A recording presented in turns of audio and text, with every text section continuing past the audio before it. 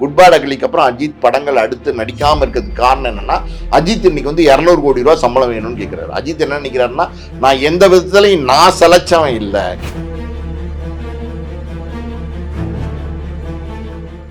த்ரிஷா வந்து அண்ணின்னு சொல்ல ஆரம்பிச்சிட்டாங்க, அண்ணியார்னு சொல்ல ஆரம்பிச்சிட்டாங்க, இளைய தலைவின்னு சொல்றாங்க. இதெல்லாம் எப்படி நம்ம வரவேற்கிறதுன்னே தெரியல. இதெல்லாம்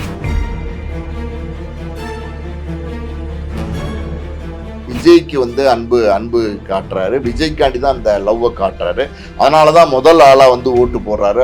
அதுக்கப்புறம் என்ன பண்ணாங்க, அந்த நோவை கட் பண்ணிட்டு நீட் அப்படின்னு மட்டும் வச்சுட்டாங்க. ஆற்றி மட்டும் தேவையா அப்படின்னா தேவை. பல பேர் பல நடிகர்களுடைய ட்ரெஸ் கோடு விஜயோட ட்ரெஸ் கோட மேட்சாக இருக்கிறத பார்த்தா அந்த ஆதரவு அவங்க மறைமுகமாக விஜய்க்கு தெரிவிக்கிறாங்கிறத தெரிஞ்சுக்கலாம். அரசியல்லையும் பெருசா ஈடுபாடு இல்லாம வீட்டுக்குள்ளேயே 5 வருஷம் முடங்கி கிடக்க முடியுமா அப்படின்னா அது ரொம்ப ரொம்ப கஷ்டம். அதனால நிச்சயமா பாத்தீங்கன்னா எனக்கு தெரிஞ்சு விஜய் அடுத்த படம் 70வது படம் மிக விரைவிலேயே வந்து அனௌன்ஸ்மெண்ட் வரும். உங்கள் ஆரோக்கியத்தின் ஊற்று நண்பன் ஹெல்தி ஸ்வீட் ஃப்ளோர் உடனே ஆர்டர் செய்யுங்கள். 4ஆம் தூண் நேயர்கள் அனைவருக்கும் வணக்கம். இன்று நம் நிகழ்ச்சியின் சிறப்பு விருந்தினர் ஆஸ்கார் மூவிஸ் ப்ரொடியூசர் பாலாஜி பிரபு அவர்கள் இணைந்துள்ளார். வணக்கம் சார். வணக்கம். நேற்று தேர்தல் பார்த்தீங்கன்னா ரொம்பவே பரபரப்பாக முடிஞ்சிச்சு. இதில் பெரிய பேசு பொருளாக பேசின விஷயம்னு பார்த்தா ட்ரெஸ் கோட் அப்படின்ற வார்த்தை ரொம்பவே பேசு பொருளாக இருந்துச்சு சார். அதில் மெயினாக பார்த்தீங்கன்னா தல அஜித் அவர்கள் முதல் வாக்கை வந்து செலுத்திருக்காரு தமிழ்நாட்டிலேயே, திருவான்மையூரில். அது எப்படி பார்க்கலாம், அது இப்போ செல்லுமா செல்லாதான்ற மாதிரி போயிட்டுருக்கு அந்த நியூஸே. அஜித்தை பொறுத்த வரைக்கும் பார்த்தீங்கன்னா 6:45 வந்து ஓட்டுச்சாவடிக்கு வந்துட்டாரு. அவரோட ட்ரெஸ் கோடு தான் ரொம்ப முக்கியம். அதாவது பார்த்தீங்கன்னா ஃபுல்லு வந்து ஒயிட்டு கோட்டு, அந்த ஒரு லுக்கே பார்த்தீங்கன்னா ரொம்ப வித்தியாசமாக இருந்துச்சு. அது ஒரு ஒயிட் ஹேர்ஸோட வேறு மாதிரி ஒரு எலிகண்டான ஒரு லுக்கு. அப்போ அந்த வீடியோஸ் எல்லாம் பார்த்தா எங்கே ஏதாவது ஃபாரினர் வந்து நம்ம நாட்டில் வந்து ஓட்டு போட வந்துட்டாரா அப்படின்னு யோசிக்கிற அளவுக்கு இருக்குது அஜித்தோடைய லுக்கு.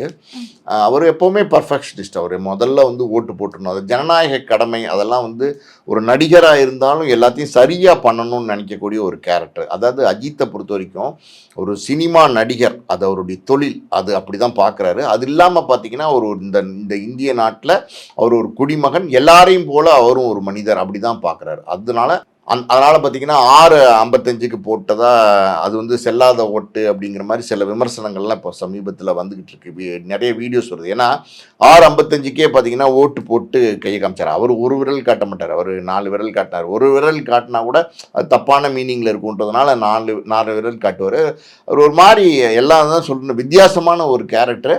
ஸோ பொதுவாகவே எப்படின்னா, இப்போ நீங்கள் ஓட்டுச்சாவடிக்கு போயிட்டீங்கன்னா முதல் ஆள், தமிழ்நாட்டிலே முதல் ஆளாக வந்து அஜித் வந்து ஓட்டு போட்டிருக்காரு. அப்படி இருக்கும்போது அந்த பூத் ஸ்லிப்னு ஒன்று வந்து கொடுத்துருப்பாங்க. அதை வாங்கிட்டீங்க அப்படின்னா உங்களுக்கு வந்து ஒரு 5 நிமிஷத்துக்கு முன்னாடி போகிறதெல்லாம் பெருசாக விதிமீறல்களாக பார்க்க மாட்டாங்க. 5 நிமிஷம் தானே, 7 மணிக்கு ஆரம்பிக்கணும். இன்னொரு பக்கம் பார்த்தீங்கன்னா 6 மணி வரைக்கும் தான் தேர்தல்.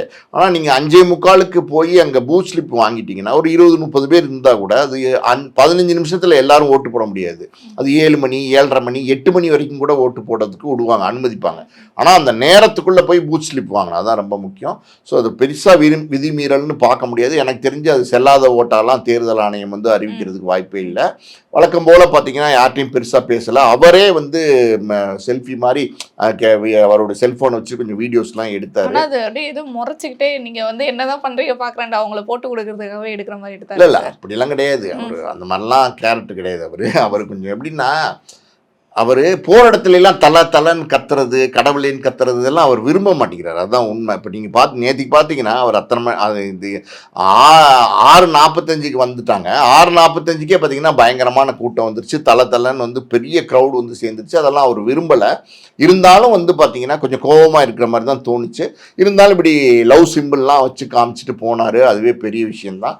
ஸோ அஜித் அவர் எப்போவுமே வந்து அந்த பர்ஃபெக்ஷனிஸ்ட், ஜென்டில்மேன் அப்படிங்கிறத இந்த தேர்தலையும் நிரூபிச்சிட்டார். ஆனால் அந்த ஹார்ட் சிம்பிள் சொன்னீங்களா சார், அந்த ஹார்ட் சிம்பிள்லேயே பல கேள்விகள் வந்து எழும்புது. இது வந்து விஜய் அவர்களுக்கு சப்போர்ட் பண்ணும் விதமாக அஜித் அவர்கள் காட்டியிருக்காரா, முதல் வாக்கே அதனால தான் செலுத்தியிருக்காரா அப்படின்ற கேள்வியெல்லாம் வந்துட்டு இருக்கே. அஜித் அவர்கள் விஜய் அவர்களுக்காக வந்து முதல் வாக்கை செலுத்தியிருக்காருன்ற மாதிரி அவர் ஹார்ட் சிம்பிள் காமிச்சது வந்து அவருடைய ரசிகர்கள், தமிழ்நாட்டு மக்களுக்கு அவரோட அன்பை வந்து தெரிவிச்சாரு. அதை வந்து விஜய்க்கு வந்து அன்பு காட்டுறாரு, விஜய்க்காண்டி தான் அந்த லவ்வை காட்டுறாரு.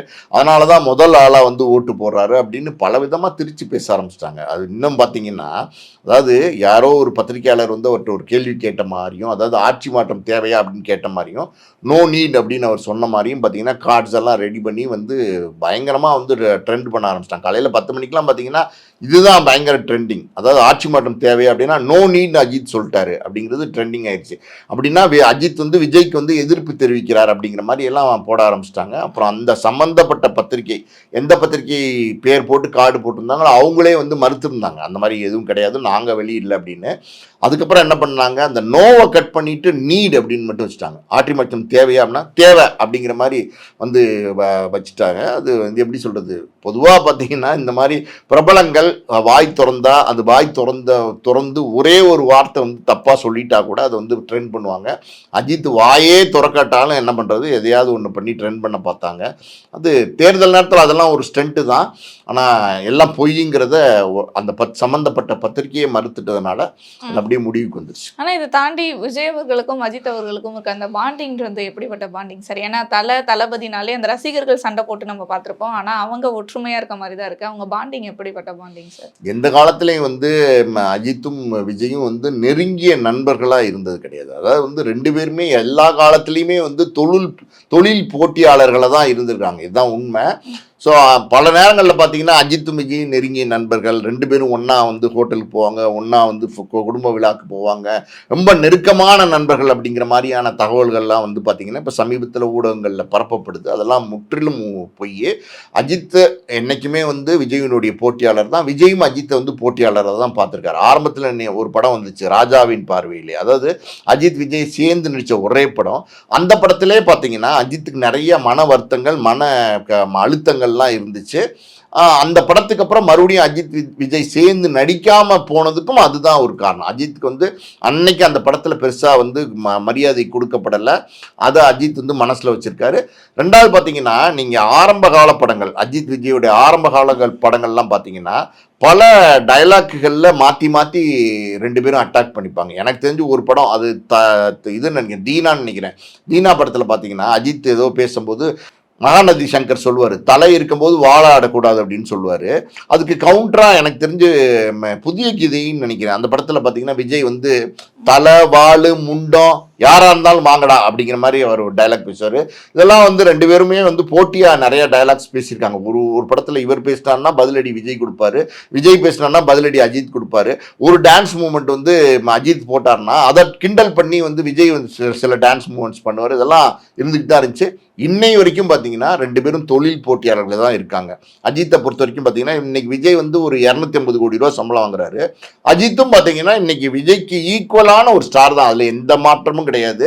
அவருடைய சம்பளம் இன்னைக்கு 200 கோடியா இருக்கு. இன்னைக்கு சமீபத்தில் பார்த்தீங்கன்னா இந்த குட் பேட் அகலிக்கு அப்புறம் அஜித் படங்கள் அடுத்து நடிக்காமல் இருக்கிறதுக்கு காரணம் என்னன்னா, அஜித் இன்னைக்கு வந்து 200 கோடி ரூபா சம்பளம் வேணும்னு கேட்கிறாரு. அஜித் என்ன நினைக்கிறாருன்னா, நான் எந்த விதத்துலையும் நான் செலச்சவன் இல்லை, எனக்கு தேவையான பணத்தை கொடுங்கன்னு அவர் கேட்கிறாரு. அவருடைய மார்க்கெட்டு ஸ்டெடியா இருக்கிறதா அவர் உணர்றாரு.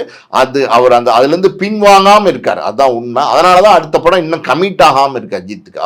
அவரு எப்படின்னா அஜித்தை பொறுத்த வரைக்கும் எப்படின்னா கொள்கை பிடிப்பு இருக்கு, ரொம்ப வந்து ஸ்ட்ராங்கா வந்து கொள்கையில வந்து பிடிவாதமா இருப்பாரு. ஸோ இன்னைக்கு வரைக்கும் அஜித்தும் விஜயும் தொழில் போட்டியாளர்கள் தான்.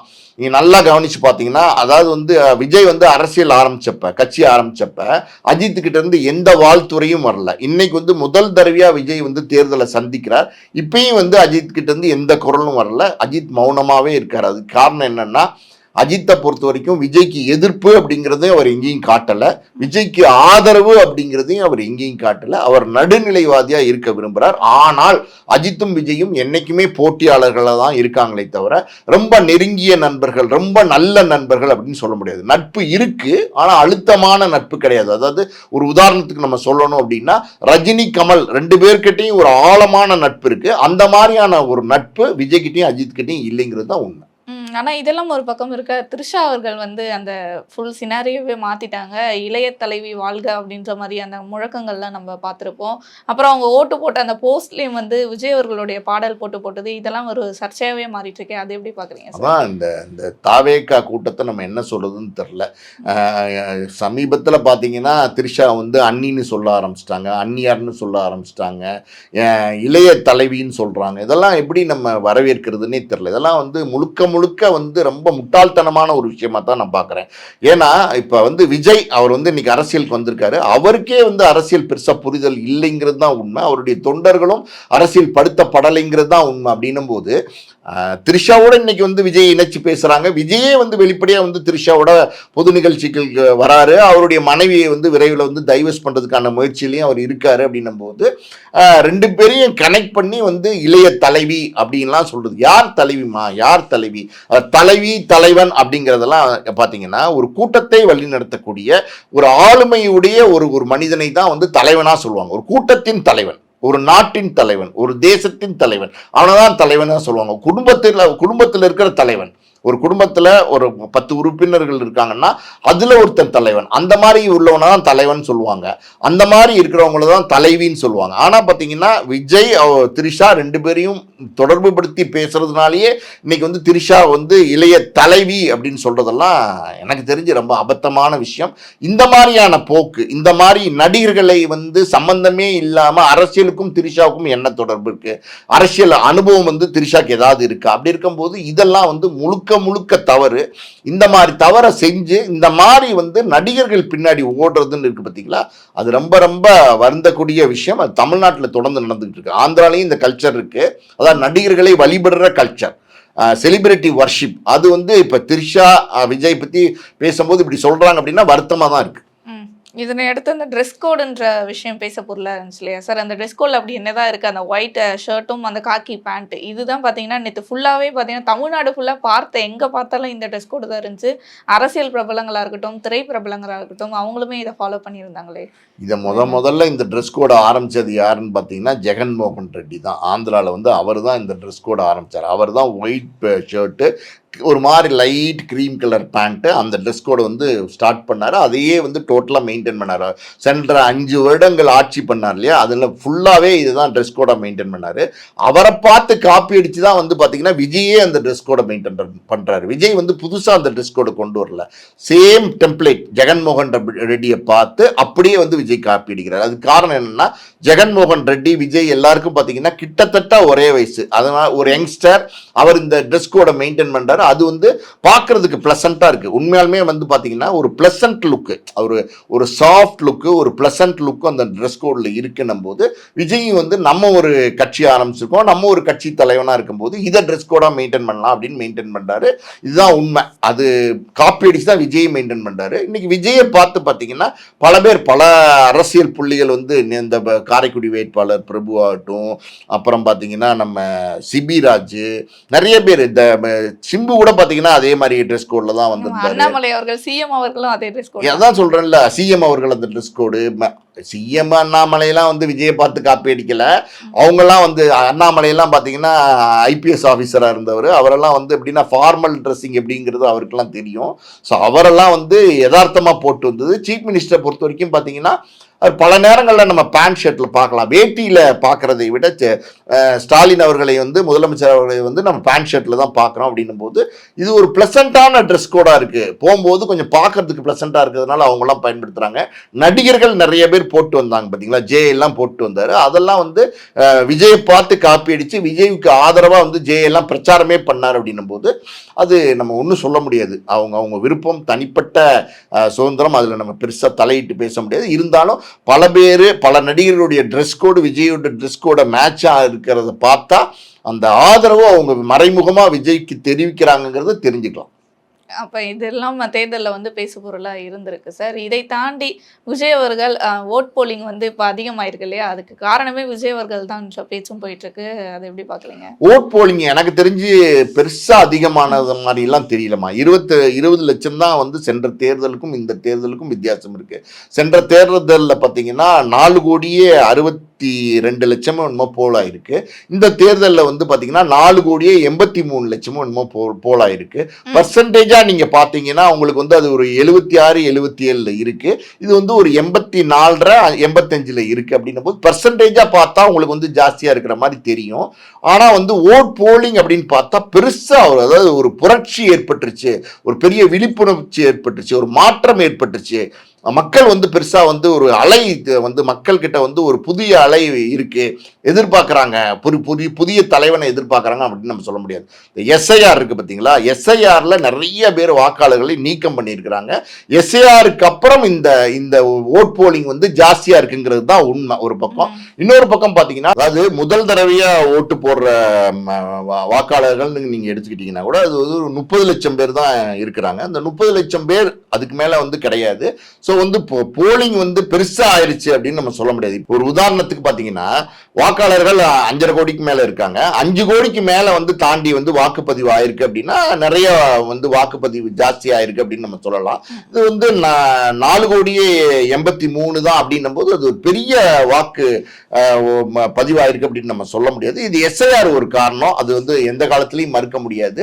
இன்னும் நீங்க பாத்தீங்கன்னா, இப்ப விஜய் நிக்கிற பெரம்பூர் தொகுதி இருக்கு பாத்தீங்களா, அந்த பெரம்பூர் தொகுதியிலேயே வந்து அதிகபட்சம் எனக்கு தெரிஞ்சு 12,000 20,000 வாக்குகள் தான் அதிகமா பதிவாயிருக்கு. நியாயமா பாத்தீங்கன்னா விஜய் வந்து நிக்கிற பெரம்பூர் தொகுதி அது ஒரு நட்சத்திர தொகுதியா பாக்குறாங்க அப்படின்னும் போது கண்டிப்பா நிச்சயமா பெரிய வாக்கு சதவீதம் இருந்திருக்கணுமா இல்லையா? இல்ல. ஆர்கே நகர் தொகுதி அதுல வந்து பாத்தீங்கன்னா அதிகமா வாக்கு சதவீதம் இருந்திருக்கு. இன்னொரு பக்கம் பாத்தீங்கன்னா நம்ம முதலமைச்சர் நிக்கிற கொளத்தூர் தொகுதியில வந்து அதிகமான வாக்கு சதவீதம் இருந்திருக்கு. கரூர்ல வந்து நடந்திருக்கு 91% மேல கரூர்ல வாக்கு சதவீதம் நடந்திருக்கு. அங்கெல்லாம் வந்து நட்சத்திர வேட்பாளர்கள்லாம் கிடையாது. ஸோ அப்படிலாம் நம்ம வந்து இது மிகப்பெரிய ஒரு மாற்றத்தை ஏற்படுத்த போகுது இந்த வாக்கு சதவீதம் அப்படின்னு நம்ம சொல்ல முடியாது. இது வந்து வழக்கமா நடக்கும். ஒரு எப்படின்னா போன தேர்தலில் ஒரு 76 என்னமோ நடந்திருக்கு. இந்த தேர்தலில் வந்து 84 அதான் வந்து சொல்றாங்க. ஸோ இது ஒரு பெரிய மாற்றத்தை ஏற்படுத்தும் அப்படின்னு நினைக்க முடியாது. ஆனா இதற்கிடையில விஜய் அவர்கள் வந்து இந்த தேர்தலை சந்திச்சுட்டு அவருக்கு தோல்வின்ற மாதிரி வந்துருச்சுன்னா படம் நடிக்க போயிட போறாரு அப்படின்ற மாதிரியான செய்திகளும் வந்துட்டு இருக்கு இதே தேர்தல் பேச்சுக்கள்லயே. அது விஜய் வந்து படம் நடிக்க போறார் இந்த தேர்தலுக்கு அப்புறம்ங்கிறது நம்ம தொடர்ந்து சொல்லிக்கிட்டு தான் இருக்கோம். தேர்தல் இப்ப நடந்திருக்கு. இப்போ பாத்தீங்கன்னா 4ஆம் தேதி ரிசல்ட் வந்துடும். எல்லாரும் என்ன நடக்க போகுதுங்கிறது அது ஆட்டோமேட்டிக்காவே தெரிய போகுது.